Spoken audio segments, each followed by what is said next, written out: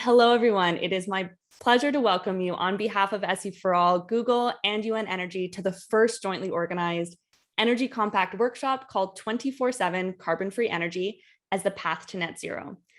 My name is Helen Watts. I'm the Senior Director of Global Partnerships at Student Energy. Student Energy is a global youth-led organization working with a network of 50,000 youth in 120 countries to accelerate a sustainable and equitable energy transition. And I'm very excited to MC this event today. Thank you for joining us. We hope to provide an opportunity for everyone to learn, engage, and be inspired. So some logistics first, please feel free to use the chat and the Q&A box just at the bottom header of your screen to ask questions and share your comments. Some panelists will reply directly to your questions, and for any questions that are left unanswered, we will answer them after the event by email. And finally, please note that some of the presentations will be shared after the event, so don't worry if you miss anything. So for those of you who don't know SE for All is an international organization that works in partnership with the United Nations and government leaders, the private sector, civil society, and philanthropic organizations to accelerate action to help achieve Sustainable Development Goal 7, or SDG 7, which calls for affordable, reliable, sustainable, and modern energy for all by 2030. As the sixth assessment report by the UN Intergovernmental Panel on Climate Change, the IPCC, released earlier this month makes clear, as we as a society must do much more to rapidly decarbonize our energy systems, and electricity lies at the heart of this challenge. It is both a large source of global carbon emissions today, and it is also key to decarbonizing other sectors of the economy, including buildings, transport, and industry. To achieve net zero emissions across the economy by 2050, electricity must decarbonize even faster, while becoming the core of the energy system. In other words, in order to achieve net zero, we need to drive the grid to absolute zero. Over the past year, a number of energy consumers, including Google, Microsoft, and the US federal government, have committed to 24/7 carbon-free energy for their operations. That is, ensuring that every kilowatt hour of their consumption is met by carbon-free electricity sources everywhere electricity is consumed. Today's session will discuss why electricity decarbonization is fundamental to achieving net zero goals, how 24/7 carbon-free energy goals can drive the grid to zero faster, and how all stakeholders can work together to transform energy policies, technologies, and procurement practices to decarbonize electricity grids. We'll hear from leading electricity buyers, NGOs, policy scholars, and energy suppliers about the shifts underway and what is needed to accelerate them. Sustainable Energy for All and Google are developing a global compact for 24/7 carbon-free energy that interested stakeholders who commit to the principles of 24/7 CFE can sign up to, which we'll hear more about throughout the course of this workshop. First, we'll hear from Damilola Ogunbaye, CEO and Special Representative of the UN Secretary General for Sustainable Energy for All and co-chair of UN Energy. Then we'll hear perspectives from the Climate Parliament and World Economic Forum, followed by a presentation by the International Energy Agency, and then presentations by Google, Microsoft, Columbia University, and AES Clean Energy. Finally, SE for All will give an overview of energy compacts and expectations leading up to the UN high-level dialogue on energy in September. But now let's have a look at this animated video produced by Google Sustainability called A Carbon-Free Future.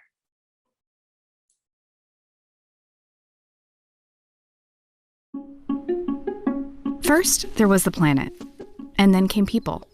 And for thousands and thousands of years, they coexisted happily. The planet and everything in it worked together, which was good. But it wasn't quite good enough, because life was tough. Everything had to be done by hand, and it was hard work. So people invented technology and machines to help them, and the machines worked, and life became a little easier, which was good.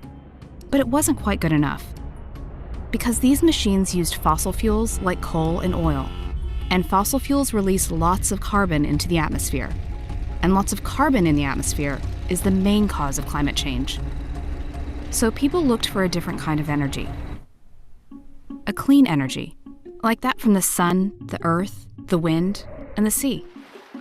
And the best part was, they didn't release any carbon into the atmosphere, so they called it carbon-free energy, which was good. But it wasn't quite good enough, because there are times and places when the sun doesn't shine or the wind doesn't blow, which means sometimes there just isn't enough carbon-free energy available for everyone, everywhere. But that hasn't stopped people from trying to fix the carbon problem.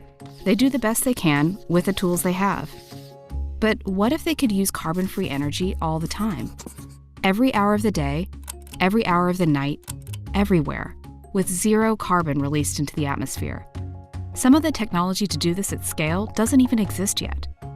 It would mean working with lots of different people sharing lots of different ideas. Inventing smart new ways to move, store, and generate carbon-free energy. The kind of inventing that gets people at Google very excited. So that's our plan, to be the first major company in the world to run on carbon-free energy by 2030.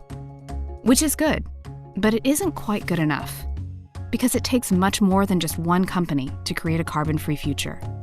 That's why we're using our technology to help other companies and governments and institutions everywhere become carbon-free. And we're giving billions of people access to tools and information to lead a more carbon-free life, so that for thousands of years to come, people and planet can coexist happily. The planet and everything in it working together. Again.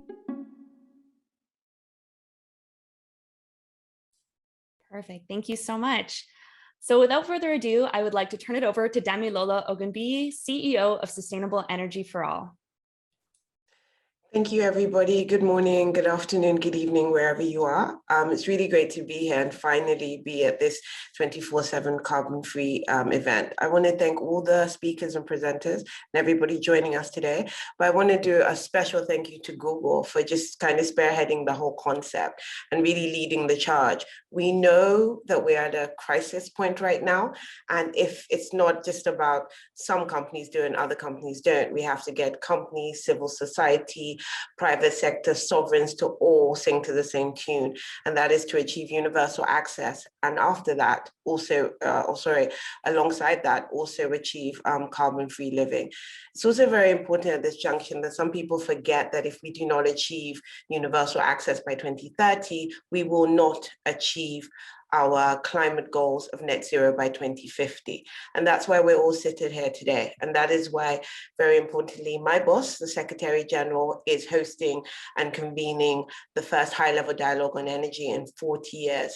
So the last time this was done was on the wake of the oil crisis in 1981, and the world was a completely different place here. We weren't really talking about all the climate issues that we're dealing today. It's very important to note that when people talk about energy poverty and they also talk about the climate crisis, they understand that they're one of the same.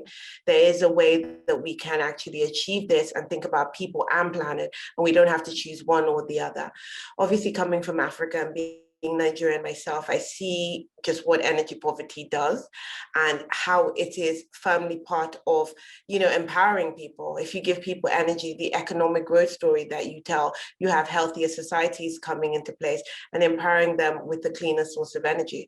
We've already seen just by the data that at least 500 million of the 760 million people that don't have access to electricity at all can suffice by decentralized renewable energy, which is why we're here today. So one of the most innovative things we came out with, and I think my colleague Kanika will speak a bit more, was in terms of energy compacts. We've had through, like four decades of pledges and commitments, and we now need to take those pledges and commitments and make them actions. And our team, especially Sustainable Energy for All, is dedicated in tracking what everybody says they're going to do, because we know that this climate issue and this development issue, which is SDG 7, can only come if everybody gets behind this. And that's why, again, really excited that Google made a pledge at the ministerial of the high-level dialogue in June that they're going to achieve carbon-free for, I guess, all their facilities and how they run their business by 2030. That is huge, and that puts other people on the spot as we go ahead. I also want to recognize Helen and all the great work she's done. I mean, a lot of the innovation that we're talking about, and specifically in the video we just saw, is going to come from young people. So when you have organizations like Student Energy saying that they're going to deploy $150 million towards upskilling, mentoring, and direct financing early stage and mid-stage youth-led clean energy initiatives, that's huge. That's bigger than some corporates, you know, developing capacity building and just reaching over 35,000 young people. We cannot do this without the youth. And that's why, in particular, we had a dedicated youth summit at SE for All, because we realized that we really need to take the youth with us. And I just would like to plead with everybody that are doing these projects that it's important that there's a youth face in everything you're doing, and you actually ask questions and ask their opinions, as we try to do as much as possible with student energy. Like I said earlier, you know, today nearly 760 million people still live without any electricity. These are people that can't be on this call, and during the pandemic, they just cannot stay at home. So having affordable energy is also key, not just for the people without electricity, but the 2.6 million people, which is basically a third of the world's population, that still lack clean cooking solutions. Energy is essential to everything we do. So for me, while trying to achieve our climate goals, we cannot forget energy poverty, powering quality healthcare and education, and obviously gender equality in this conversation. And I really hope everybody in this conversation really looks at as a way forward in terms of how does carbon-free work and what is a just transition, especially Africa and South Asia, because we have to come out with a fossil fuel-free world in the next few years. So again, thank you all for joining. We truly can't do this if we're not all together in this. We really look forward to what is coming out for this workshop. And just to tell you that my team, a Sustainable Energy for All, and the UN Energy team are always available to you to help you put together your compacts or any questions you have. So on that note, thank you all. I wish you all a very successful workshop, and I'm going to head back to Helen. Thank you so much, Damilola. And absolutely, I think the line that really stood out to me there is, if we do not achieve our universal clean energy access goals by 2030, we do not achieve our climate goals. And the emphasis on a just transition cannot be understated. So thank you so much for that. I'd now like to welcome Nicholas Dunlop, co-founder and Secretary General of the Climate Parliament, for his remarks. Nicholas, please, whenever you're ready. Yes, thanks, Helen. It's a pleasure to be with you. And I just love the global compact that Google is organizing for 24/7 carbon-free energy. It's exactly what we need. I'm Nick Dunlop. I'm the Secretary General of the Climate Parliament, which is a global organization of members of Parliament and members of Congress who worry about climate change and are interested in renewable energy. I'm originally from New Zealand, but I'm based in Brighton on the south coast of England, not far from London. I was looking a couple of hours ago at the Google website, the page about the 24/7 carbon-free energy theme. And the phrase that really struck me was clean energy every hour, every day, everywhere. And as they say on the website, this is the goal that we need to pursue, not just for Google or other corporations, but for the entire world. Now, I'm just going to share my screen here, if I can, and just tell you quickly about the Green Grids Initiative, which is a project that we're getting ready to launch at the global UN Climate Summit in November, COP26 in Glasgow, because it addresses the question of how on earth are we going to enable the whole world to have clean energy every hour, every day, everywhere. The clue is in the subtitle, One Sun, One World, One Grid, which is a favorite phrase of Indian Prime Minister Narendra Modi, who's one of the sponsors of this initiative. Just a moment, I need to, there we are. It's always a relief to see the slides cooperating. It addresses some of the fundamental problems that we face with trying to ensure a reliable supply of clean energy in all parts of the world. And the first problem is that in any single location, renewable energy is by its very nature variable.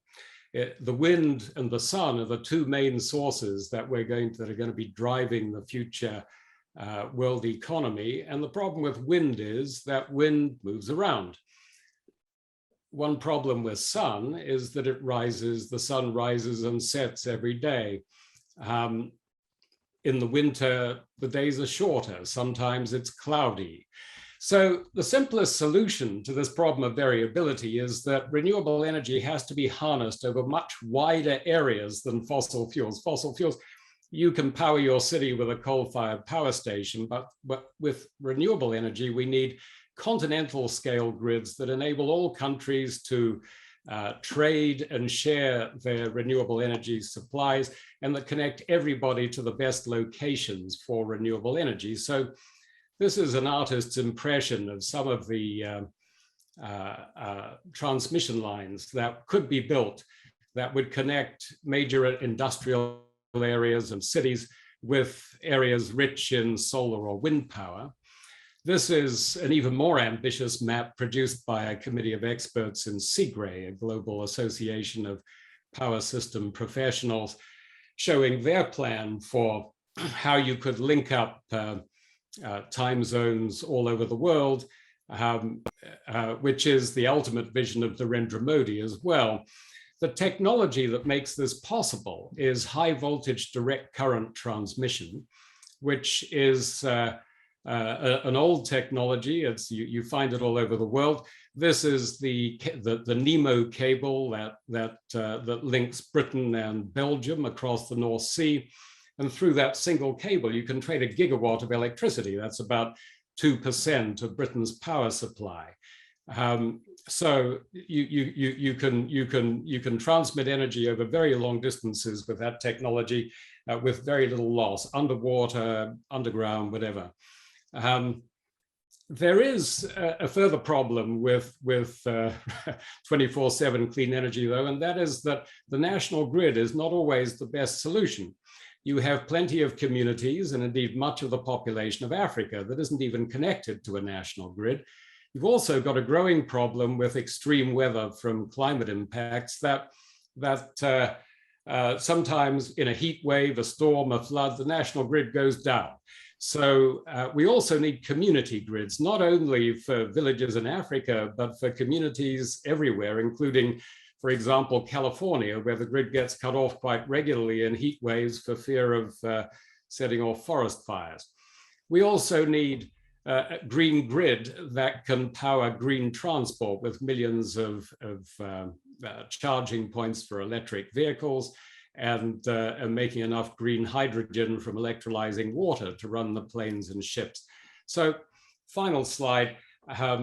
This is how the Green Grids Initiative is going to work. It's going to be launched in Glasgow with a One Sun declaration signed by a group of heads of government around the world. It's going to be guided by a ministerial steering group that contains representatives from all the world's major regions. It's going to have a joint coordination team made up of the Climate Parliament, the International Solar Alliance based in Delhi, and a team of officials of the UK. The UK is the COP president, they're the host of the summit, and they're helping to put this together. And that represents the three main partners in this initiative, which is members of Parliament and Congress, international organizations, national governments. There'll be high-level working groups on priority transmission corridors, on, for example, how do we generate more investment in community grids in Africa, something that Demolola is an expert on. The key point, just to end, and I think my 5 minutes are probably about up, is that the central aim of this whole project is to increase political will. It's to get heads of government more involved in building this new infrastructure that we need so urgently for a world powered by renewable energy. It's to keep the ministers involved. It's to engage members of Parliament and Congress, who can then make sure ministers and presidents and prime ministers keep focused on it. But let me just end by saying to you, Helen, that the most important part of political will is always public pressure. And working with politicians around the world as I do, I really see how young people in the last couple of years have played just a decisive role in pushing the issue of climate and clean energy up the political agenda. And the most important thing of all is that you young people keep doing that. So with that, I'm going to stop sharing my screen and stop talking. Thanks for listening. Thanks so much, Nicholas. That was a really great comprehensive overview of the Greening Grids initiative. Really appreciated. And that shout out to youth at the end, also very appreciated. I'd now like to welcome Anna Akinfora, Project Fellow on Net Zero Carbon Cities at the World Economic Forum, for her remarks. Anna, whenever you're ready. Thank you very much, Helen. Good morning, good afternoon, and good evening to everyone. My name is Anna Akinfora, and I'm a project fellow here at the World Economic Forum. I am working as a lead on the Net Zero Carbon Cities program, which is a multi-stakeholder and multi-industry effort, which really wants to accelerate the decarbonization process for urban ecosystem, and in particular, really amplify the correlated co-benefit when it comes to socio-economic development and improved health. I would kindly ask to share the slides if possible. If we move to the next slide, please.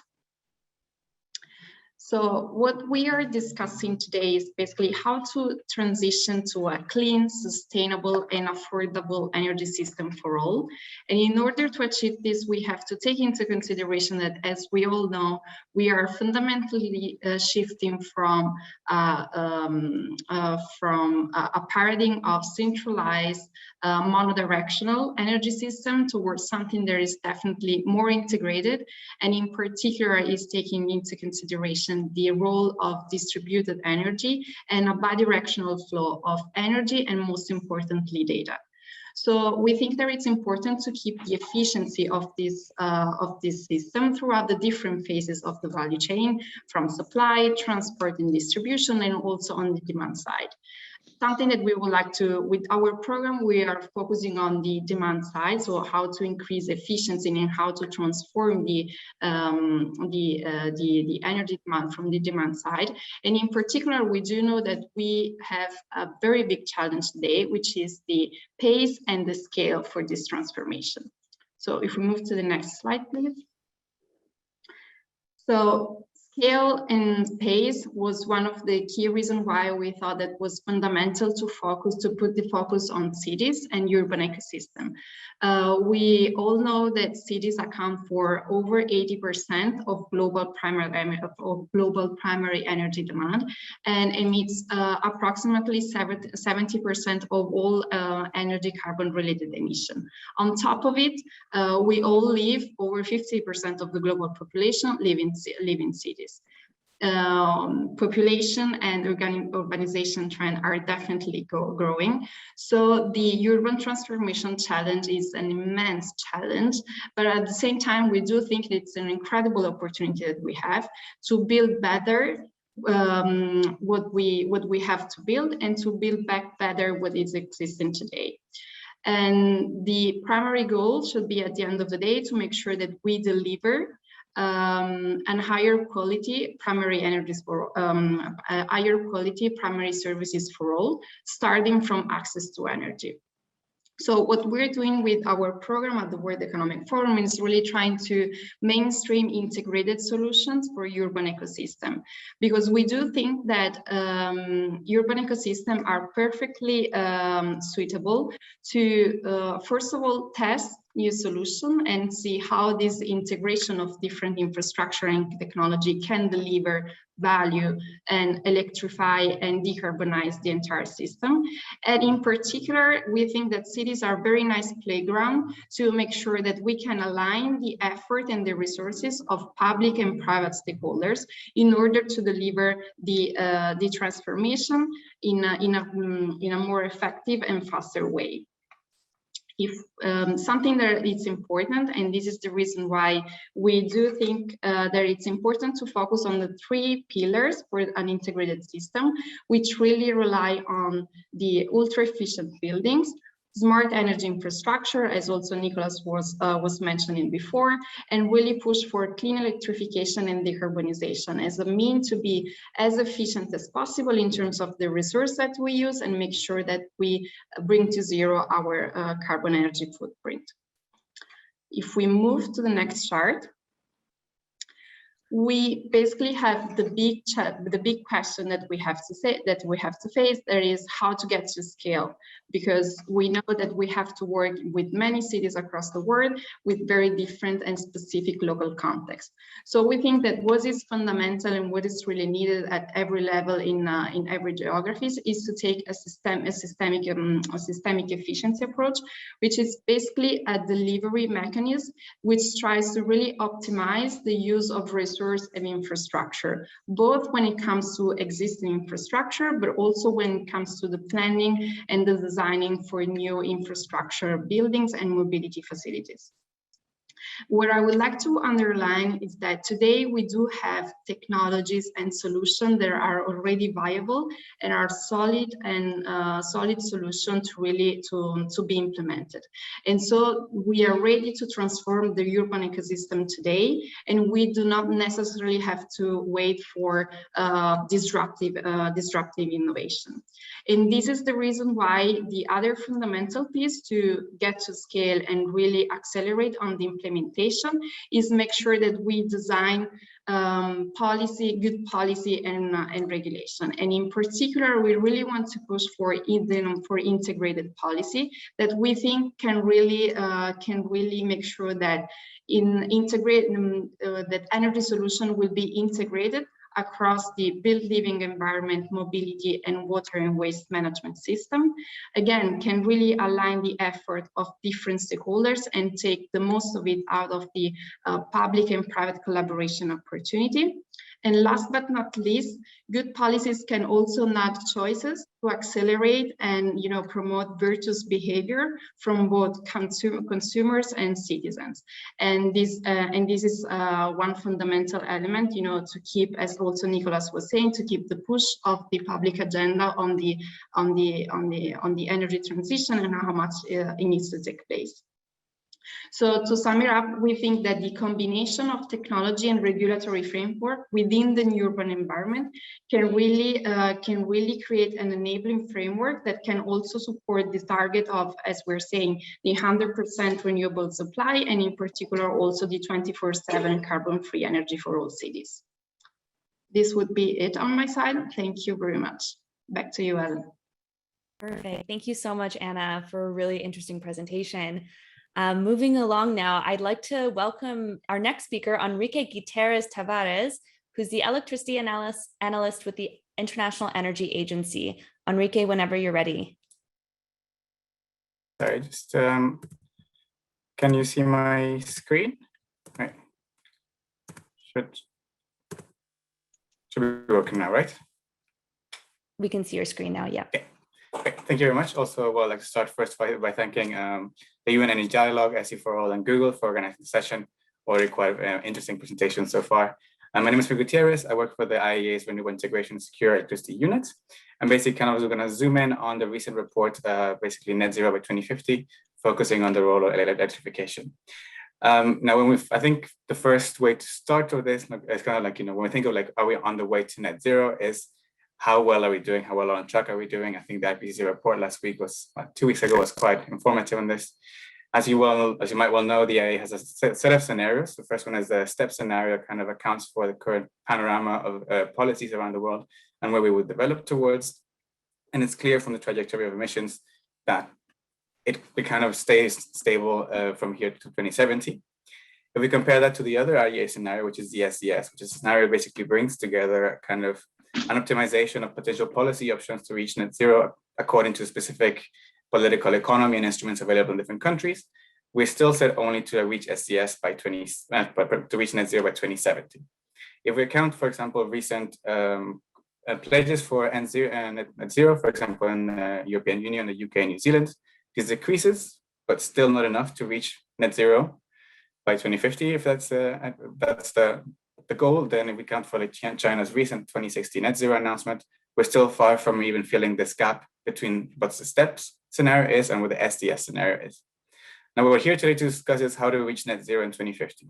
And that's the kind of the scenario that was developed for the recent report, which, for example, is compatible with this 1.5 degree IPCC projections, And also, it's one of the few reports also counts, for example, for universal energy access by 2030, which is kind of the defining features of the scenario. The next question to think of is, in order to reach net zero, you need kind of like long-term goals. You need clear policy signals. And for example, now we've seen, in the recent years, huge increase in the amount of pledges and announcements regarding reaching net zero by 2050. The question is, well, one, how much does it cover? So as you took like quarter one of 2021, about like 70% of global CO2 was covered by all these pledges. But unfortunately, only under a quarter of them are actually, say, implemented in legislation. So if you can look at the bottom, these are kind of enshrined in law, but then the greater share of them are either in policy documents or proposals that are still out there. Just thinking of the previous interventions, now this is, of course, accounted for national net zero pledges. So of course, there's hope that there's additional, for example, there's the city pledges, as Anna just mentioned, for example, and there's an industry-led initiative. That's the ones that we're going to discuss today. So while there's still much more work to do, there's also always space for optimism, so to speak. The question is then, in the scenario, how does the pathway to emissions, to net zero emissions by 2050 look like? And I think here it's also important to consider that different countries have different realities and different needs as well. For example, in the NZ scenario, we see, for example, that advanced economies can reach, with a number of measures, can reach net zero by 2045. But for example, this will also require, for example, in emerging and developing economies, the fact that you have like a rising energy demand, rising energy needs, and also relatively young thermal fleets, that this will take maybe a little bit longer, but also requires a more steep decrease going forward from 2030, while ensuring that, we still keep in line with the energy access demands that we have for a growing population, also the need for a growing economy. And then basically zooming in on electricity, which we kind of see as being, so to say, the lowest hanging fruit. In order to reach net zero and enable the flow of low carbon energy into other sectors, the first thing that we need to, in a way, clean up is the power sector. This means that by 2040, we need to really kind of reduce the emissions for the power sector in order to enable the flow into aspects, for example, like transport industry. But if we think that we're already in 2021, in order to reach this goal by the late 2030s, we really need to step up the investment and the deployment of new technologies. If you look at the right-hand side, another point that will need to be addressed, particularly in the later years going beyond 2030, is that there will remain some unavoidable emissions in some sectors of the industry. So we need to also develop technologies such as, for example, bioenergy for carbon capture and storage, or direct air carbon storage, to be deployed at the scale that basically by 2050 they can capture 1.9 gigatons of CO2. But of course, that means already by 2030, we need to have technologies at a state that they're actually scalable and ready to start, in a way, tackling the question of net emissions effectively. So there's opportunity, but it requires a lot of ambition. One of the key points that came out of the report, the way we frame the message, is that this requires, and basically 2020 needs to be kind of a decade of massive investment in clean energy. And what this means, for example, is in the last 5-6 years, the capacity of wind and solar PV has already quadrupled. We need to keep quadrupling the scale between now and 2030, basically reaching around 1,000 gigawatts of additional solar PV and wind per year. If you think that today the biggest solar PV park is in Bat, India, it has 2 gigawatts. Basically, we need to be adding one of those today in order to reach a 2030 track, so it's quite a significant increase. Also addressing now, increasing the reach of clean electricity into other sectors. I think the one that's kind of more visible to most of us is the question of electric car sales, but it still also requires a substantial ramping up in terms of the deployments. If we think today, cars make 3% of global car sales per year, we need to reach 60%, basically an 18-fold in a total number of additional sales in EVs worldwide. So it's, again, a pretty ambitious increase that we need to actually somehow materialize. And another part that often gets ignored when we think about the energy transition is that the best source of fuel is the fuel that you don't use. And there, for example, we need to think of building efficiency, stepping up investments in changing, for example, heating technologies and so on. For example, to reach the 2030 goals, we need to basically make sure that by 2030, 20% of all new buildings are net zero ready. If we stay at the current pace, we're barely going to hit 5%. So there's still much more need for ambition, much more need for investment. So then the question is, what is the investment that we need to get to look like as well? Basically, between now and 2030, we need to more than triple the investment in clean energies. And while clean energy usually only think about electricity generation, there's other aspects that we need to enable. For example, energy infrastructure. When we speak about grids, resilient grids that enable reaching the more vulnerable parts of the economy as well are very necessary. And also investments in energy use, for example. If we think of how are you going to get households to change their heating technologies, how are you going to get different investments in industry, this also needs to take place and needs to be enabled through both the market and clear energy signals, and also the participation, of course, of the private sector. One of the, well, this seems quite ambitious to say, okay, how is this going to, what's going to be the effect of this? Part of the analysis that was carried out for this report with the International Monetary Fund showed that this level of investment will actually lead to like an annual additional GDP growth of 0.4%. So this definitely kind of goes against it, like it goes with the narrative that it is possible to enable a clean energy investment and actually achieve our very ambitious goals, while also kind of fostering GDP growth in a way that is conducive to basically even refinance this. And particularly in the context of speeding the recovery after COVID-19 shock is an opportunity to use additional funds that are being put out there to have, a greener kind of getting back on track with the economy. And then in order to, so far, if you notice, I only basically limited to 2030. The question is, how do we actually reach 2040? Important thing to consider is also that in order to reach the CO2 savings that we need by 2050, about 50% of the technologies that are expected to deliver this reduction are already in the market, which still leaves a huge chunk of 46% of technologies under development, particularly when we think of greening the industry, clean cement, and so on. We still need to kind of double down on R&D, on the pilots to really understand how do these things fit in the current power markets, to what extent they're viable, what other additional, for example, scalability investments need to take place.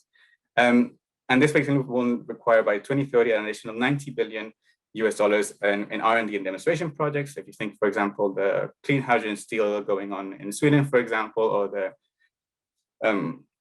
carbon capture from cement, these are kind of developments that can actually help reduce the emissions intensity. An additional point that we saw in the report is the effect of greater international cooperation, basically experience sharing, doing joint pilots that actually contributes to reducing the emissions and improving the development, the deployment of these technologies.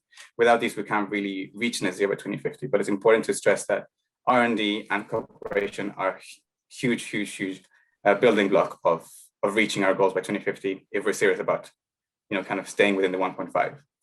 And just kind of thinking, there's a number of actions that need to take place. We need to look at power sector, industry, transport, buildings. So it's all about efficiency, technology replacement, phasing out of coal. And say we have, for example, one key is the kind of taking out the coal of the atmosphere. So for example, like sector coupling. So we have, for example, to develop, 850 gigawatts of electrolyzers worldwide by 2030. And there are already some kind of technologies out there, but it's still the scalability, the scale that we need to tackle and kind of enable hydrogen, low carbon hydrogen in the economy still requires a lot more investment. There's the issue of we need to reach by 2040 net zero electricity in the power sector, which is also quite ambitious considering, even the age of a lot of the thermal generation around the world and a lot of projects that are getting built right now. And this, you think of the left-hand side, one of the key aspects of the report is that to hit our goals, we really should not have any new unabated coal plants approved for development. And then we have, and then by 2050, we have to really reach the point where we actually enable 70% of electricity generation globally from solar, PV, and wind. And this, of course, will have a huge impact on how our markets behave, how we buy electricity, who engages in buying electricity. And I think particularly that's why it's important to already start having that we have, bigger players that are quite energy intensive, driving kind of, making more space for more renewable electricity in the system. And basically just to summarize, the slides will be available, so you can look at them in detail. Also recommend reading the report, very good. Just summarizing 5 points, basically clear long-term objectives are paramount, both for the public sector and the private sector, to where you can actually share common monitoring and reporting and actually have cohesive policies.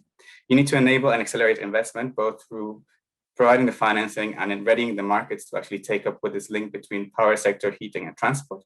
You need to ensure technology readiness, again, through R&D, through pilots, and not only in technology, but also in market design. You will see it a lot through, for example, regulatory sandboxes coming up and understanding new technologies. That's still part of R&D and the expertise that we need to build. Strengthening international cooperation, which is something that we're very happy to support as the agency, kind of sharing experiences across countries, comparing different models, and finally enabling the interlinkage to other sectors through sector coupling, for example, transport and heating. And that would be, thank you very much.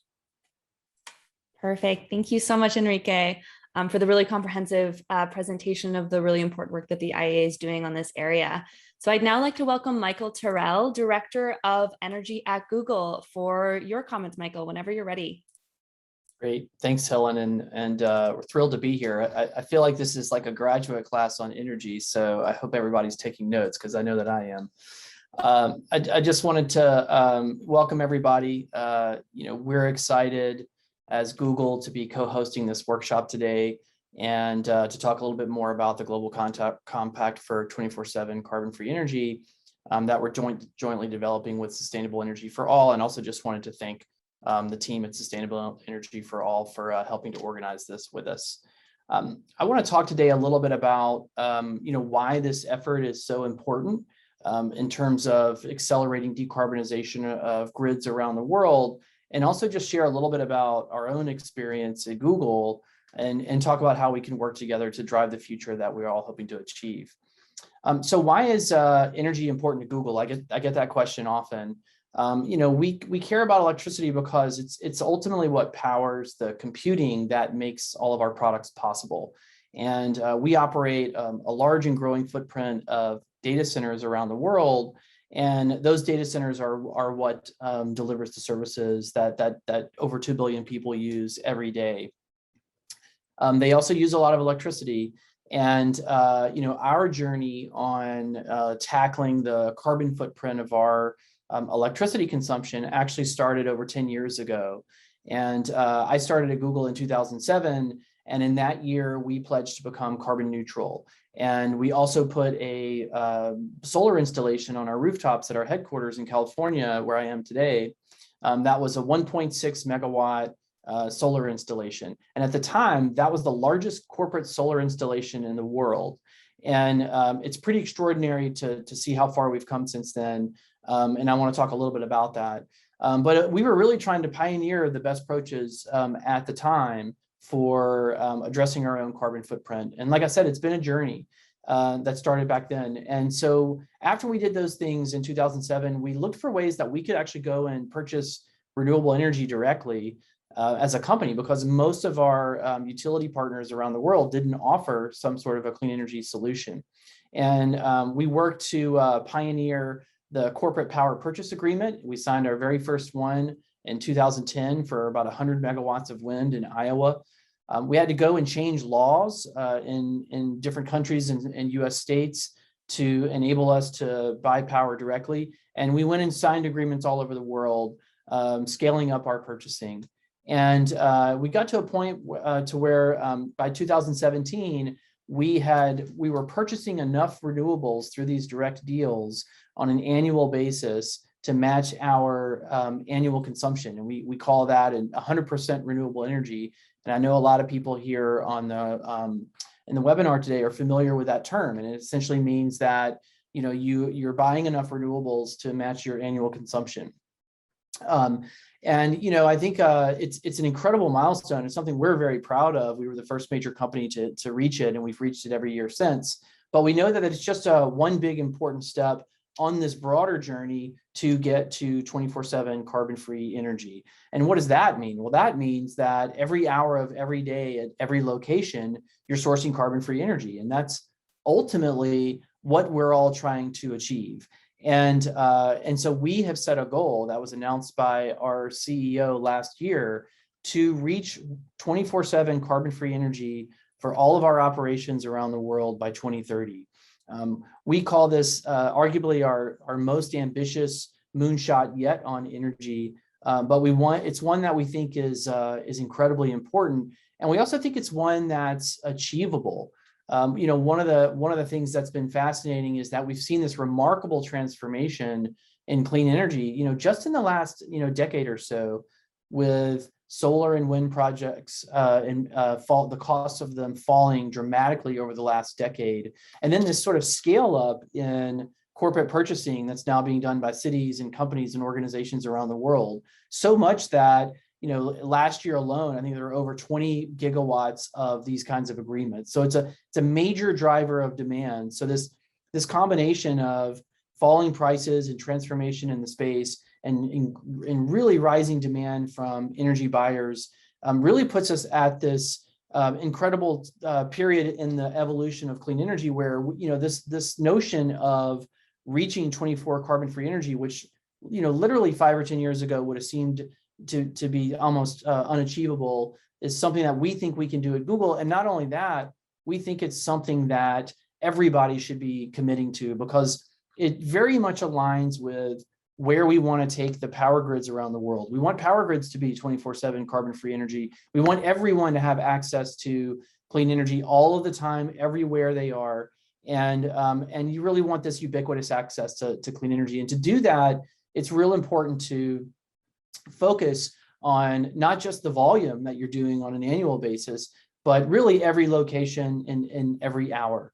So want to talk a little bit about, how are we thinking about this? How are we thinking about, how we apply this approach to our own large portfolio? And there's a few principles that I think are important that guide us as we're doing this. The first one is that we're working to match our electricity consumption, where and when we consume it. So every hour of every day at every power grid. So that's really moving beyond what we were doing before, which was maybe over purchasing renewable energy in places like the US Midwest or Northern Europe, and using that to cover our consumption in places where there wasn't availability of carbon-free energy, say, for example, parts of Asia, and sort of matching it up on an annual basis. Well, now we're really looking at every power grid where we operate and looking at every hour of every day. The second principle we follow is that we're looking at a broader range of carbon-free energy technologies.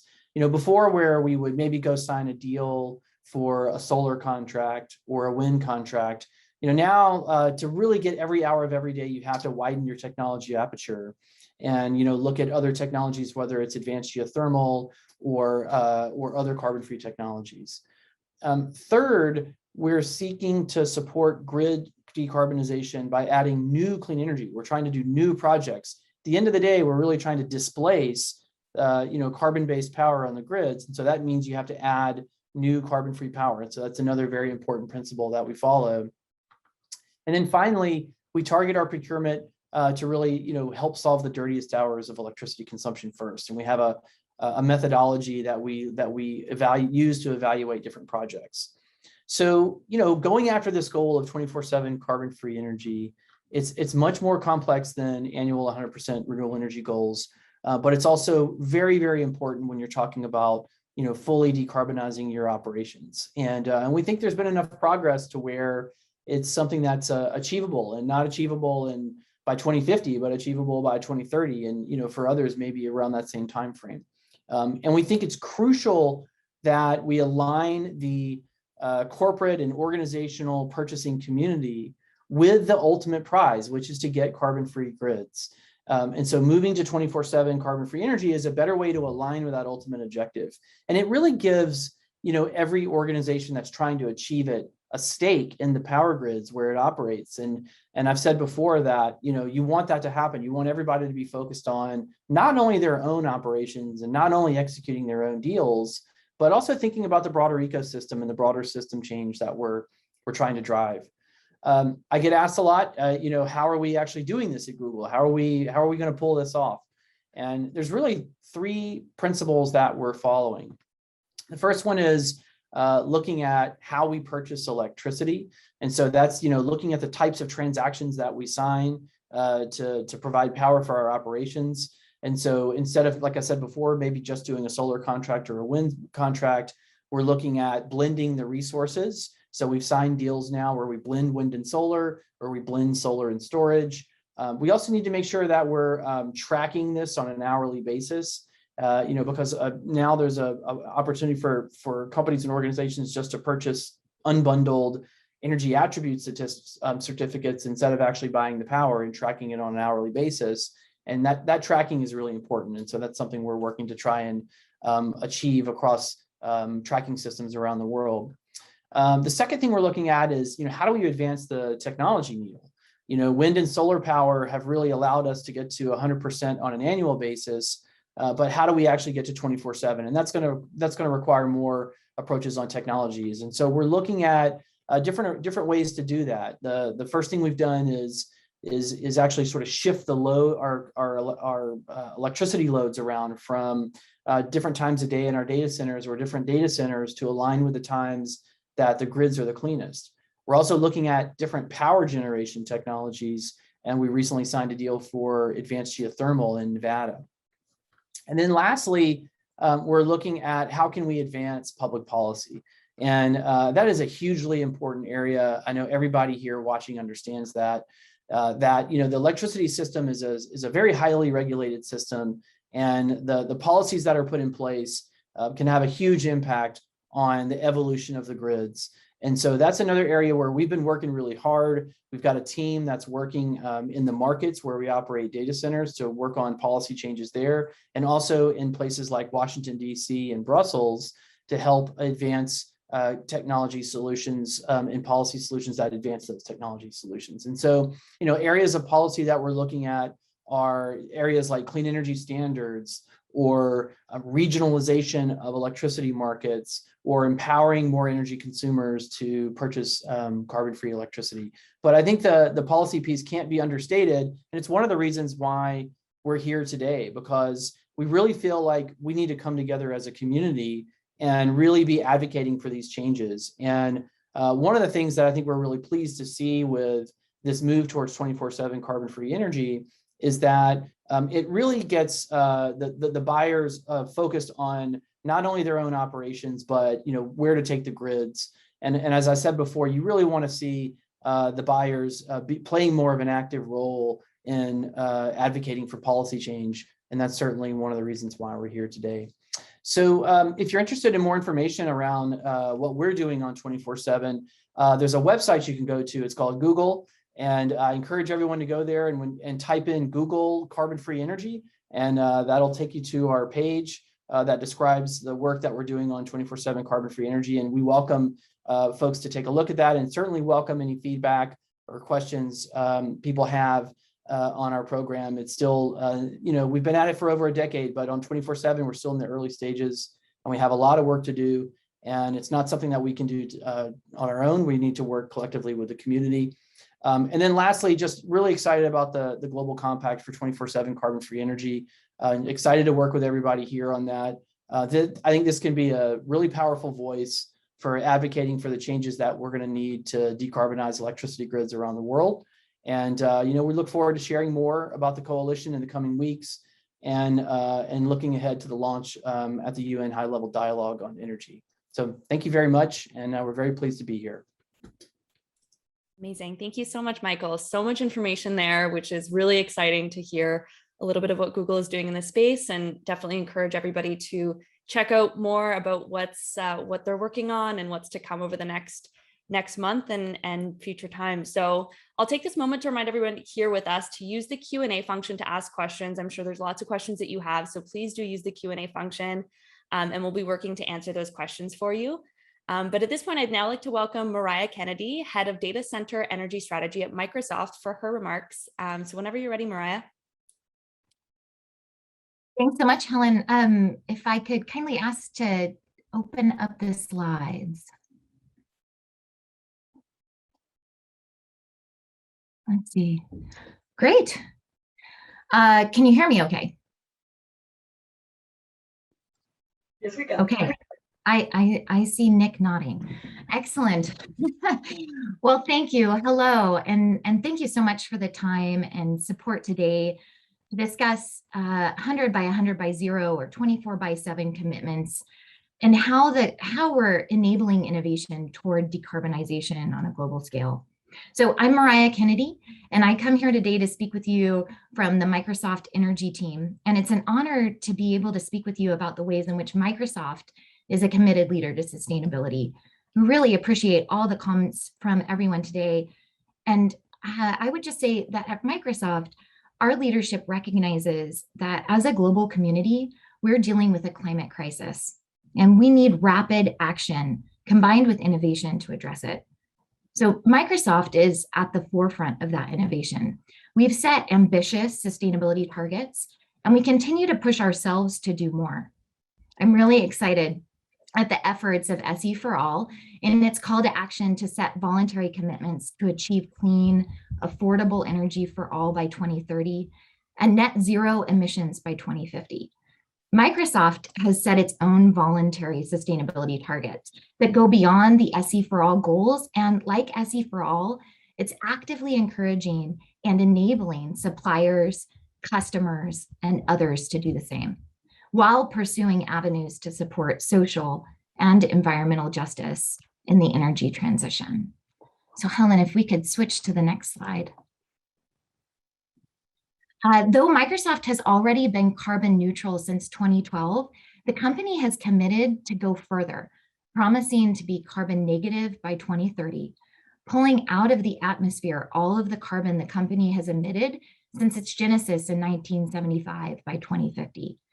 Further, this summer, the company announced that by 2030, Microsoft will have 100% of our electricity consumption, 100% of the time, matched by zero carbon energy purchases. This means that every hour of every day, our energy use and the energy consumed to serve our customers and our data centers will be from zero carbon emitting resources, 100 by 100 by zero. Importantly, our commitments extend beyond Scope 1 and Scope 2 emissions to cover Scope 3, which includes emissions associated with supply chain, building materials, and electricity that customers may consume when using our products. To do this, we strive for decarbonization for all by all, pushing our suppliers to decarbonize by making carbon reduction an explicit aspect of our procurement processes for our supply chain, and helping our customers to decarbonize, including by decarbonizing the products we supply, like our data centers. So if you could progress to the next slide, Helen, thanks so much. Microsoft not only strives to reduce the impact of our products through energy efficiency and decarbonization, but enables the innovation necessary to address the climate crisis. Technology has become an integral part of everyday life, like many speakers have pointed out here today. From our medical care to our schooling, our transportation, to our smart home appliances, everything we do is connected to the cloud and driven by data. Azure and its suite of technologies like AI, machine learning, and IoT offer data transparency and accuracy, as well as visualization, modeling, and collaboration tools that customers can use to power their innovation. Our cloud technologies are helping grid operators, renewable energy developers, water utilities, and others improve their efficient management of resources. And we're serving as a platform for innovation worldwide to enable our customers to manage our planet's resources. In addition, we're making our technology available to those researchers working to solve global environmental problems. In 2017, we launched Microsoft's AI for Earth program to put cloud and AI technology into the hands of the world's leading ecologists and conservation technologists to support collaboration and the ability to tackle the world's most pressing problems, and to do this for communities that need it most. One such feature in this sharing of resources is the planetary computer, a collection of the world's critical environmental data sets. And through these efforts, Microsoft is providing our cloud services as a platform for innovation in sustainability. Next slide.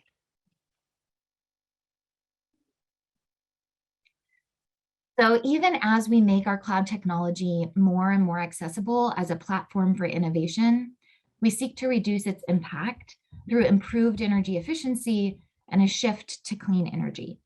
That is, through a decarbonized grid. To accomplish this, we're making large-scale investments in power purchases.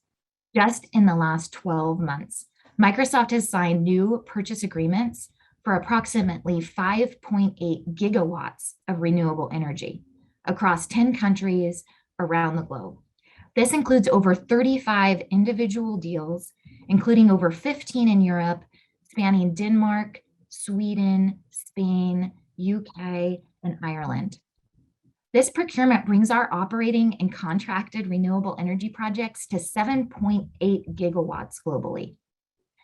And our deals focus on more than just adding zero carbon resources to the grid. We consider environmental justice in our procurement. For instance, recently we announced a groundbreaking deal with Sol Systems to finance, develop, and operate a portfolio of 500 megawatts of solar projects in the United States.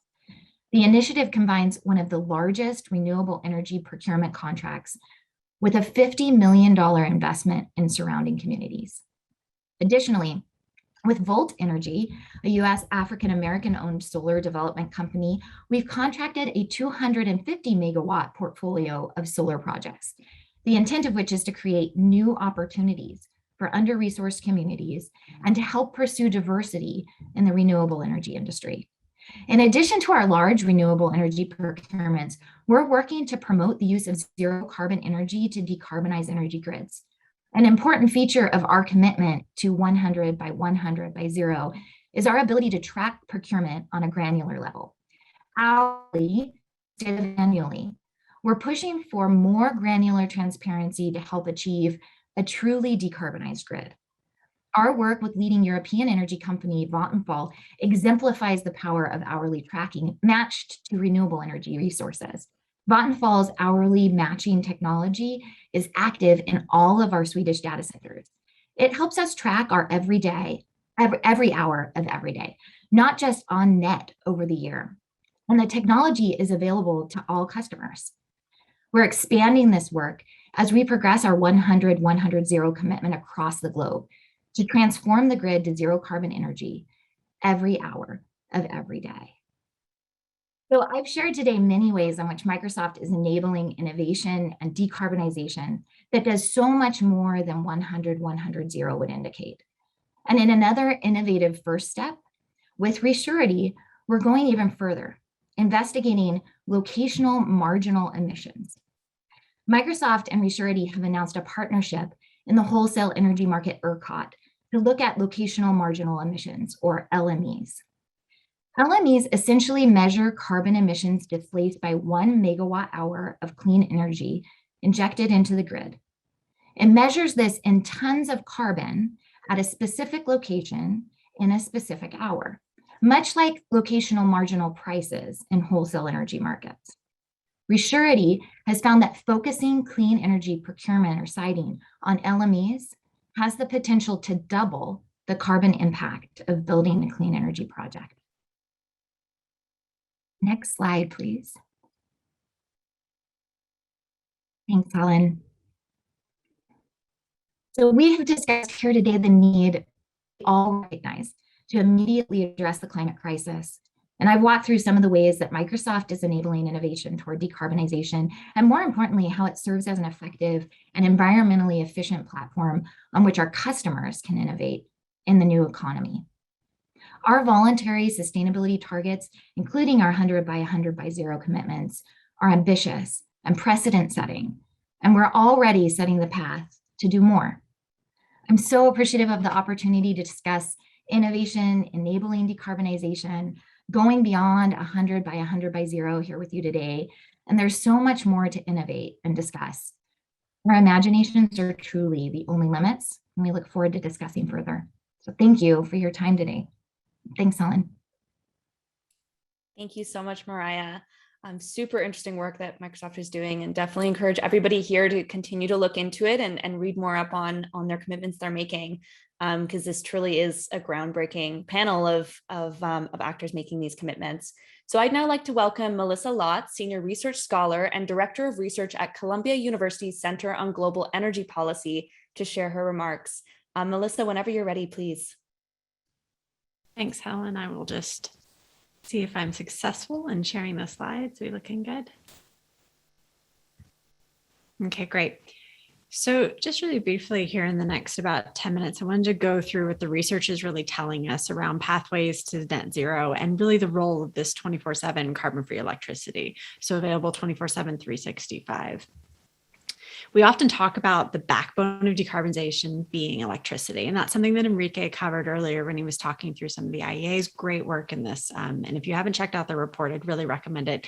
It's a wonderful deep dive, and there's a lot of data, if you're an engineer like me, to really go into to understand kind of what's behind the scenarios. But we often speak through this backbone, and we say, as we're going to decarbonize an economy, electricity will play an increasing role. And we see this very consistently across countries and regions around the globe. And as we look at getting to net zero across the entire economy, what we consistently see is that we use a lot more electricity, and that the electricity supply, so this is our power plants, become zero carbon very quickly. It leads and is essential to the energy transition. And across scenarios analysis, and I'll go through just a couple of them really briefly to give you guys an idea, that we see that if we want that transition, so that decarbonizing electricity supply that's decarbonizing and growing, if we want it to be affordable and reliable, to be a strong and flexible backbone to decarbonization in the economy, that we need to use a set of technologies that have different characteristics to meet the goal. And so, from research that we put out through the Center on Global Energy Policy here at Columbia University, we group them into three broad buckets. So the first one is around zero marginal cost variable power plants. So we've talked a lot about those. Some examples are wind and solar. The second group are these firm dispatchable zero carbon power plants. So this could be nuclear, large hydro, it could be in the future natural gas with carbon capture, utilization, and storage. But it's technologies that are there and can ramp up quickly when you need them, when the wind and solar resources aren't around, and not around for an hour or two, but around for not long periods of time. And there's some great research talking about the different periods of time in different regions where wind and solar are actually weak for not just hours, but days or even weeks at a time. And this brings us to the third bucket, which is energy storage technologies. And I know that in a lot of our conversations, we've focused on batteries, and batteries have a role to play, a significant role to play. But this group of technologies is not just that short duration energy storage, but also long duration energy storage, things that can take energy resources, electricity resources through seasons. So this might in the future be zero carbon hydrogen or any number of other technologies that are currently in development, getting closer to deployment. What we see across the board in these scenarios is that, yes, the first bucket, variable renewables, play a huge role, as do, again, things like batteries, but they aren't enough if we want to keep costs low and the lights on. The other thing I'll say that I mentioned really briefly in the beginning of this slide is that electricity decarbonization is something that leads in the energy transition, and that means that there's a real push to move quickly if we want to get anywhere close to meeting our net zero goals to stabilize global temperature changes. I'm going to focus in just to complement Enrique's presentation on some of the results we see from the US that highlight this. This is a set of scenarios that came out of Princeton University in the last year and have been all over the news, so I thought it might be good for a group like this. This is Jesse Jenkins and his group there at Princeton. What you see across all these scenarios is that we have growth in electricity demand from now to 2050 that is quite significant. So across the scenarios, it could be 150% increase all the way up to 300% increase. There's an interesting tension in these scenarios, actually, that if we electrify less things on the end use and we still want to achieve net zero, we actually end up having to build out even more electricity generation and then use it to produce things like seasonal storage, these types of fuels that carry us between seasons. But going back to the idea of the three buckets, what we see across these scenarios is that we do use a mix of things like on and offshore wind, solar, nuclear, gas, et cetera. And in cases where, so on the far right of all these scenarios, where we actually move away from those firm dispatchable power plants, we see a massive ramp up in what we actually need to do with wind and solar. These have land implications, these have permitting and infrastructure and build out implications. But this is what we see. And of course, there's a corresponding cost with that. And it's not just this example from Enrique's presentation or from Jesse Jenkins and the group at Princeton's scenario analysis. This is something we see across lots of different scenarios. And I'll just highlight two quotes that I love from the academic literature that talk about these highly nonlinear increases in costs as the systems approach 100% renewables, variable renewable targets. What this is showing, and this is a group out of the National Renewable Energy Labs here in the US, what this is showing is that, we've kind of solved a lot of our short-term variability problems with variable renewables. We've got some idea of how to do some of our diurnal, so slightly longer mismatches.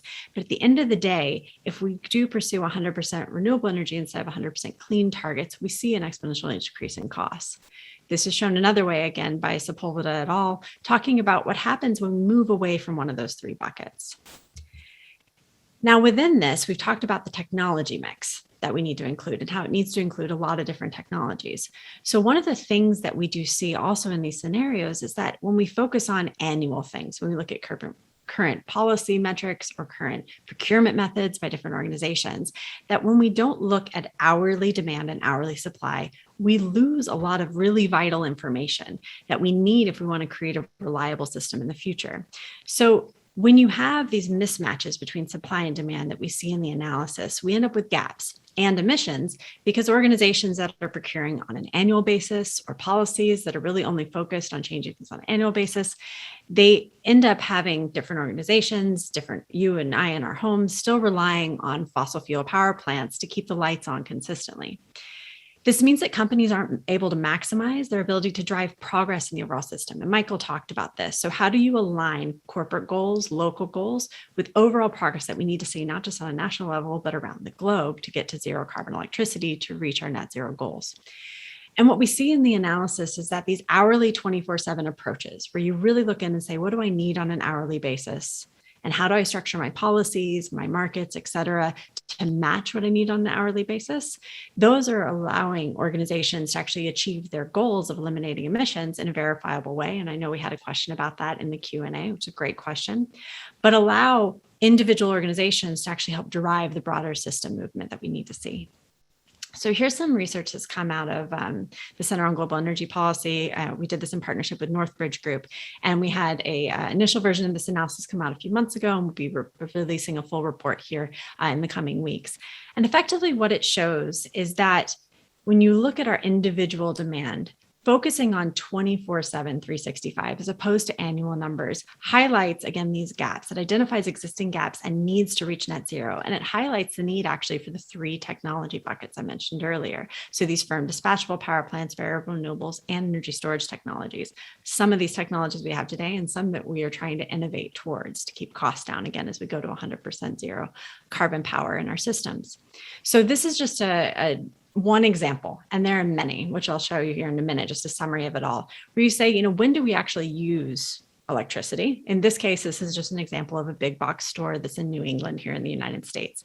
And what happens when you increasingly supply its electricity with 100% wind or 100% solar, or even a mix of wind and solar, or that mix that Michael talked about, which is wind, solar, and some batteries?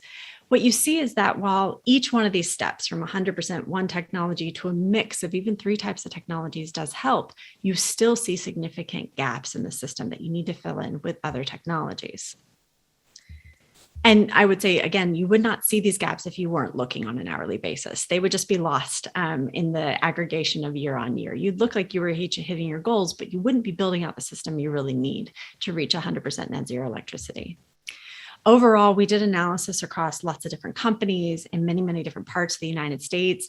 We even went so far as to say, what if you over-procured and bought way more electricity than you need on an annual basis, and you built an incredibly big battery to actually help level out some of your demand and supply mismatches? And we just still see a gap. Even in my own home state of Texas, where the sun and the wind are really powerful, and we have a lot of it, and we know what to do with a few batteries, we still see gaps across the board. So this just highlights that these gaps exist. We see them when we start looking on an hourly basis, and it's really vital that we acknowledge them, see them, and design policies and structures to make sure that we're going towards this 24/7, 365 solution to reach 100% net zero electricity. There's a big opportunity in 24/7 electricity procurement. So from a company's perspective, we see this as being a way to actually achieve stated goals. So create verifiable emissions reductions, allowing companies to get to true net zero targets, and also to drive that grid-wide progress to net zero. But we also see this being a lower cost, lower risk option that can help companies avoid accusations of greenwashing. The same does apply to governments in a way. So if you are going towards this 100% renewable strategy, there are these existing gaps that, given the availability of data, are pretty easy to highlight and pretty easy to find when you start looking for them. And so these 24/7 approaches do allow for companies to achieve their goals, to decrease their cost and risk, and to avoid any negative accusations of greenwashing or otherwise, not actually achieving a net zero future. We can focus in on an individual company or an individual organization, but the last thing I'll highlight before I hand it back to you, Helen, is just that within all this, as many folks have said before me, policy and market tools are really essential. So as policymakers look for paths to accelerate the transition to zero carbon electricity, we see across the literature just the vital importance of emphasizing and allowing for these three buckets of technologies and not just focusing on one or two of them. So not just wind and solar, it's all of the above to actually help us to achieve that affordable, reliable electricity system that, as Damilola said in the beginning, we really do want as we go to reaching our Paris Agreement goals, et cetera. And there's a number of concrete actions that policymakers can take when it comes to policies and regulations. But I'll say one of the ones that I wanted to highlight is this market structures and actually regulation piece that I believe Michael mentioned earlier and some of our other speakers as well. We want to make this pathway easy and straightforward for different organizations to actually pursue as we simultaneously set up policies and regulations to achieve net zero. And so when we look at our market structures, they were designed for the system that we had and we wanted not too many years ago. We need to make sure that they're actually designed for the future that we want. And just for anybody who wants to learn more about decarbonization of the grid, I would just flag that we have a free podcast that we just put out that actually breaks down all the things I just said in great detail coming across the entire system. So check it out. It's free online and just a good resource. And thank you very much. Thank you so much, Melissa. And we'll make sure to link the podcast you mentioned in the chat here for everyone interested. So that's really, really interesting work that you're doing. So I'd now like to welcome Neeraj Bhatt, Chief Product Officer for Clean Energy at the AES Corporation. Neeraj, whenever you're ready. Sure, great. I'm just pulling up the deck to share, which should be there. Great, well, thanks everyone. I'm really pleased to be here for a topic that's close to my heart, 24/7 carbon-free energy. Spent a lot of my last year or so working on this. So it's pleased to be here with this group of presenters. For those that don't know AES, just briefly, we're a global energy firm, over 30 gigawatts in operation, so developer, owner, operator of electrical infrastructure. Our clean energy unit focused here in the United States has over 3 gigawatts in operation, largely focused on wind, solar, and storage, and a very, very high growth pipeline in those same technologies. I'm putting two of our affiliate companies, Fluence and Uplight, on this slide as well, just to give you a sense as to how we think about some of the technologies that we use to solve our customer problems. Fluence is our joint venture with Siemens. It's the world's leading integrator of energy storage solutions. And Uplight is a digital customer engagement platform that works with over 80 utilities across the country for customer engagement. And digital tools, as other presenters have alluded to, and energy storage are two core components, we believe, of achieving 24/7 goals. So to give a flavor of where we started on this and where we're trying to get to, I think one of the core components of what I'm trying to communicate to you all is today we have the tools available to serve pretty significant, make pretty significant dents into 24/7 objectives. Michael mentioned the goal that Google had set out about a year ago in September of last year to power 100% of their facilities with 24/7 clean energy. We made a good dent into that earlier this year with a deal that we announced with them in Northern Virginia, serving their Northern Virginia data center complex. So as part of that deal, we will provide to them 24/7 clean energy at a 90% score, right? A 90% CFE, 100% of the time. So what I'm trying to let you all know is that even though, as people have talked about, a lot of the technologies to get to that 100% are probably still in development, starting to become out there, we can make very major strides toward these objectives with the technologies that exist today. And there's a number of activities and firms that are doing work on that front. Just to give you a little bit of a flavor as to how this worked. So when we started working with Google, over a year ago, they had two key objectives. One, advance their 24/7 CFE objectives, but then two, really reduce the complexity and the market risk of the procurement that they were having. And Michael talked about that a little bit. What we were able to do is work together with them iteratively to put together a supply portfolio, basically a bespoke supply portfolio that we think when we when we mapped it out and modeled it out, can produce 90% 24/7 CFE. That's going to be measured on an hourly basis for the next 10 years. So the portfolio is a combination of wind, solar, hydro, and storage in this case. Melissa had interesting comments around how those technologies can work together to achieve higher percentages. And this is a good example of that coming together in a particular case. What we were also able to do in this particular case was, with a lot of our electricity trading capabilities, hedge out a lot of their commodity risk that was part of those power purchase agreements that they would often sign. And so we were able to provide them with a single fixed price contract, really to reduce the complexity and the market risk that they had. So 2 objectives: getting to a very significant milestone on 24/7 and reducing complexity and market risk. This is a product that now exists in the market, and any customer is available to come and procure 24/7 CFE just like this. Next slide. So what I want to work through with you a little bit is how these technologies work together. I think other presenters have talked about how this is not going to be a single technology solution, and we fully agree with that.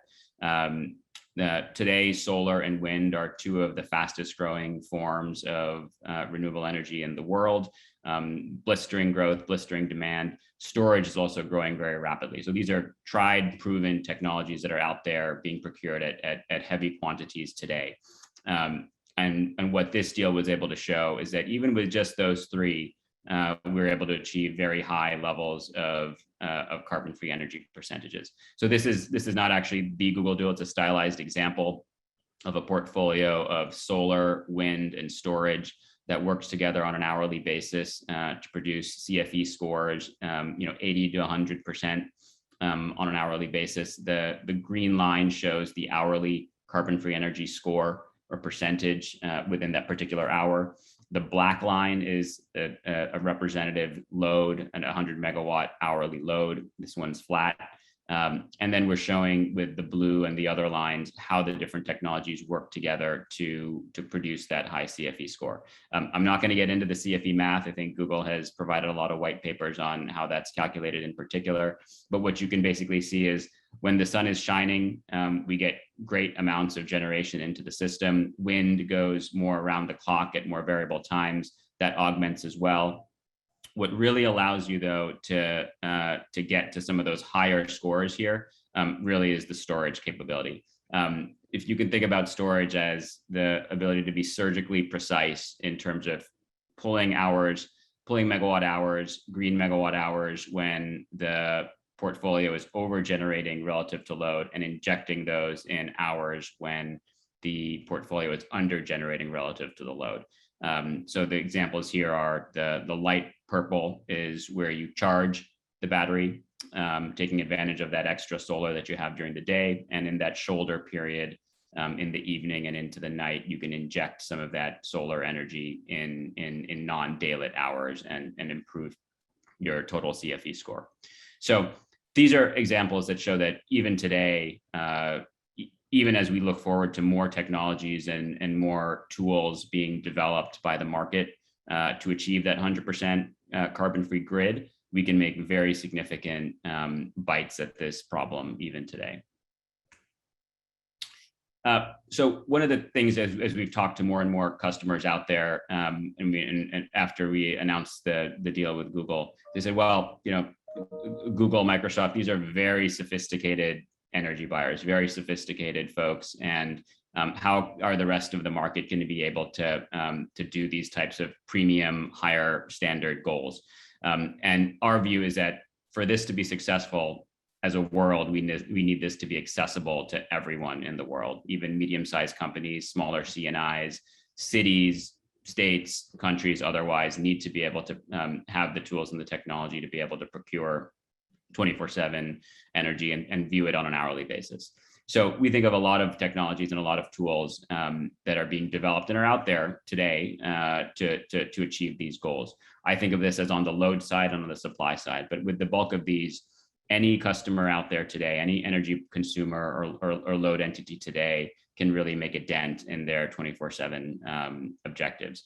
On the load side, a big problem that a lot of companies actually still have today is I don't actually know what my hourly load is. Most consumers are used to thinking about it on a monthly basis because that's when their utility bills them. So getting access to that granular data on what is my hourly consumption, and not just maybe at one site, but maybe across 10,000 sites if you're a retail company or otherwise, that's critical. And in some cases that's easy, and in some cases that's hard, and it needs smart metering and other technologies to be able to do it. So there are services being provided and developed today that allow companies and help companies to actually aggregate that data, analyze it, and understand it so that you can manage it. The second component on the load side that I'll point to is really understanding the grid, the carbon intensity of the grid. I think others have alluded to this point as well. The more we know about the hourly and the locational carbon intensity of the grid and percentage of carbon-free generation within a grid, the more we can manage our own load to be able to be flexible, to produce or to ramp down at some of those most carbon intensive hours. That's going to go a long way towards helping you match renewable and carbon-free generation with your load. On the supply side, one of the things that we've already talked about is multi-technology shaped clean energy. At the end of the day, some larger consumers might be able to do this by procuring power purchase agreements from a variety of different technologies. Smaller ones, though, may not be able to do that, and smaller companies who may want to go to energy suppliers who can give them that shaped product, very similar to the transaction that we did with Google. But suppliers have the ability today to cut and slice the hours that one needs and shape renewable electricity to the particular load that a customer has. So that's something that people can look at in a variety of markets around the world. And then the last component that I'll mention here is hourly RECs. Again, alluded to by one of the other presenters. Today, once you do know what your hourly load profile is, you need to be able to match it with an hourly generation source. Unfortunately, not everyone is able to procure a power purchase agreement directly from a supplier that allows them to know that hourly data. And over half of the RE100 today procures unbundled RECs to green their consumption. The issue is that most of those RECs are relatively simple instruments. They don't give you the hourly granularity that you need to be able to say that I procured at 7 p.m. Renewable energy certificate, for instance. So that's being developed. The registries, I saw Ben from Emirates on the call earlier today. They're one of the leaders in work that they've done with Google and separately to push this concept. Ultimately, we need all the other registries to follow along, but there are also ways in the interim that people can get that granularity for unbundled purchases that are coming in the next few years before all the other registries also tag along. So that's kind of a sample of technologies and solutions and products that are available today for any load entity that wants to sign up to these. I'll end it there and leave you with that thought that I think this is very clearly going to be the standard, I think, over the next decade. Now we have a handful of companies and the US government who have said we're going to be procuring with a 24/7 objective in mind. Our view is that this makes so much sense that it's probably going to be table stakes in the next 5 years or so. And I think it's important for all customers to start thinking about this today. Over back to you, Helen. Thank you so much, Neeraj. Great presentation, really comprehensive. Now, before I invite our next speaker, I would like to speak briefly about the UN High-Level Dialogue on Energy happening this September on the sidelines of the UN General Assembly. Damilola reminded us earlier of this historic global gathering, and the dialogue will raise ambition and accelerate action towards the achievement of SDG 7 energy targets by catalyzing innovative solutions, investments, and multi-stakeholder partnerships in support of the decade of action to deliver on the Sustainable Development Goals and the Paris Agreement on the climate action that's needed. So this next video explains more about the energy compacts and how you can join the initiative, and I hope you enjoy watching.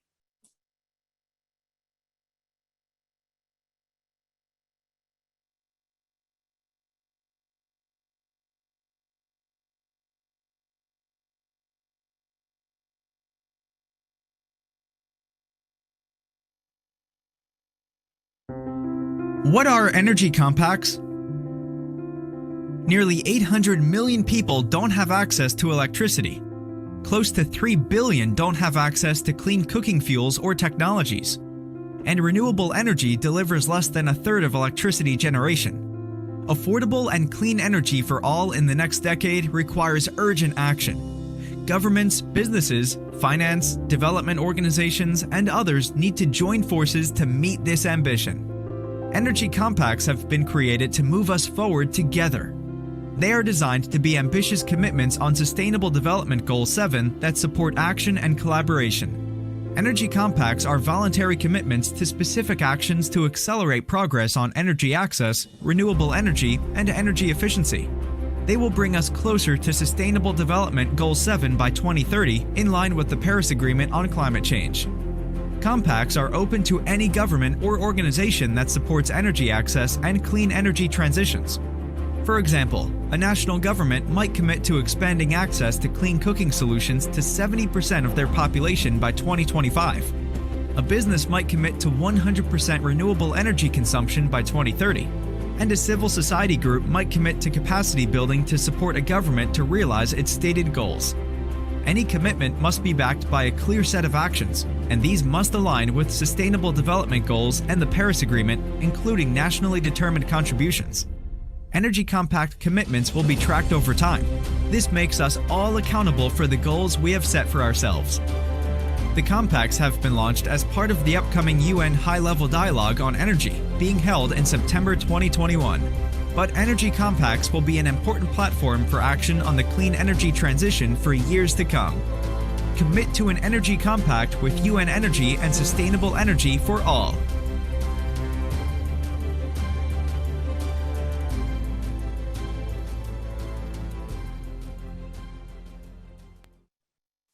Excellent. So thank you all for remaining with us. I would now like to welcome Kanika Chawla, UN Energy Program Manager at Sustainable Energy for All, who will give us an overview of the energy compacts and what you can expect leading up to the UN High-Level Dialogue on Energy in September, just next month. So Kanika, whenever you're ready, the floor is yours.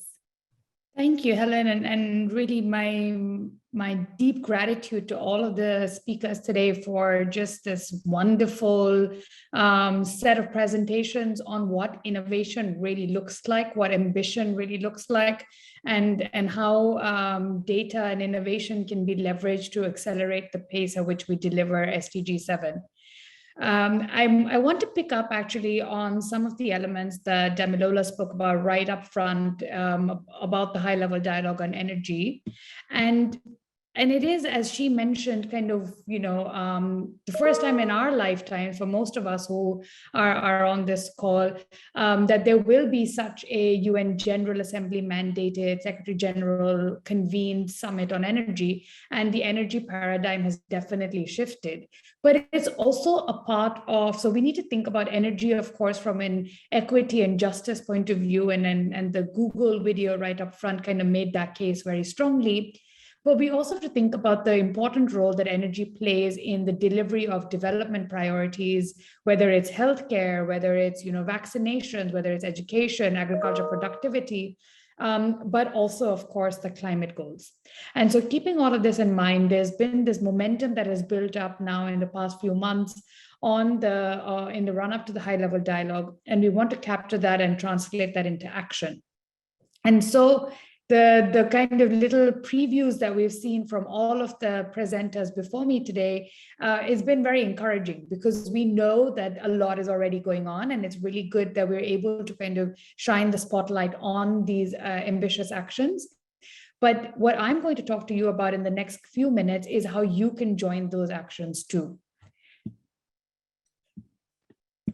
So the high-level dialogue is, again, as I mentioned before, it's a multi-stakeholder process. It's being led by several different governments from around the world. At the moment, we have 30 global team champions that not only represent very many different geographies, but they also represent very many different energy realities. And while our starting point for the energy transition in different sectors or in different countries are quite different, and each of the energy transitions is going to be quite unique and novel. What is really interesting is that the actions towards energy transitions are actually not so different in different parts of the world, and we can learn from each other, and the energy compacts offer that opportunity. This whole process has also been led by UN Energy, which is really a platform that brings together all the different UN agencies that work on energy. And so we have several UN agencies that are co-lead organizations that are also shepherding different elements of the process and are going to be active participants in also putting forward their own energy compact commitments as their offer to the world. So then what really are energy compacts? We've heard a lot about the 24/7 carbon-free energy compact. And again, I'd like to join everybody in urging you to join and make that strong commitment. But there's also the opportunity to use the energy compact process to shine a light on all of the ambitious work that you and your organizations or those that you are affiliated with may be doing.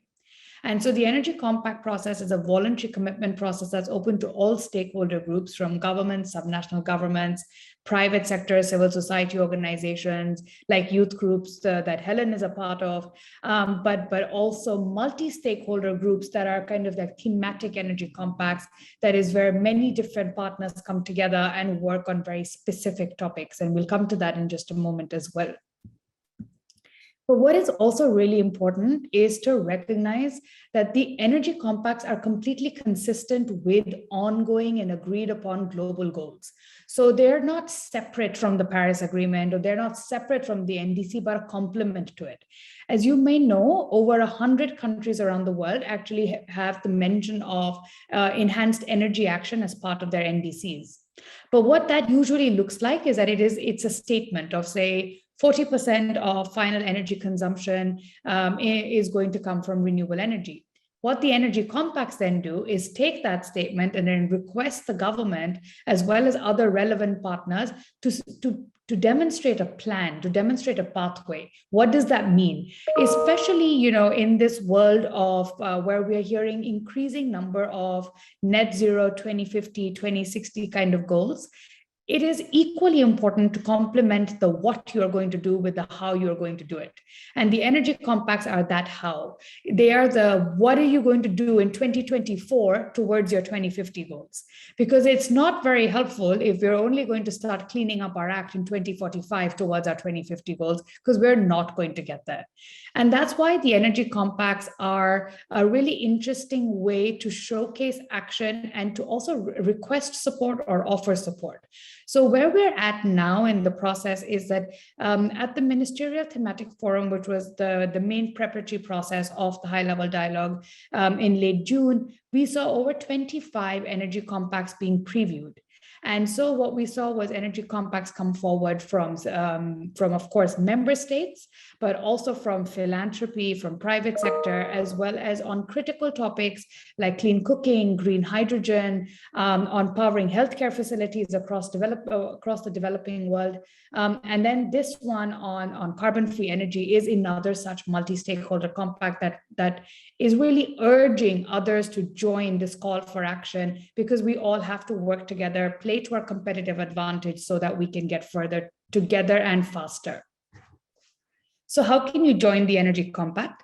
Well, you've taken the first big step today by joining us for this workshop, for getting all of this information, for getting all of this inspiration, as well as from hearing it from those who've done it, which includes Google, but also all of their partners that have represented both the science, but also the practicality of what a commitment looks like and how you're going to then follow through on it.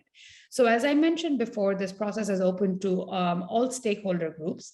And it starts with kind of what is your goal? How does it align with the SDG 7 goals?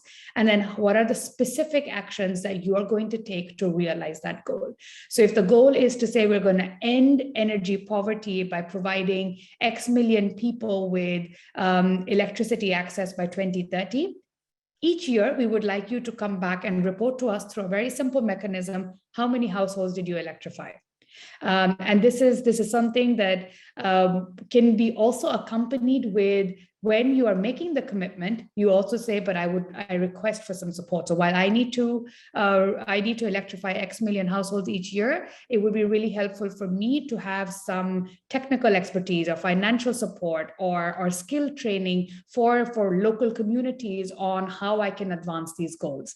And then the Energy Compact ecosystem will be kind of mobilized in order to kind of make that support come forward.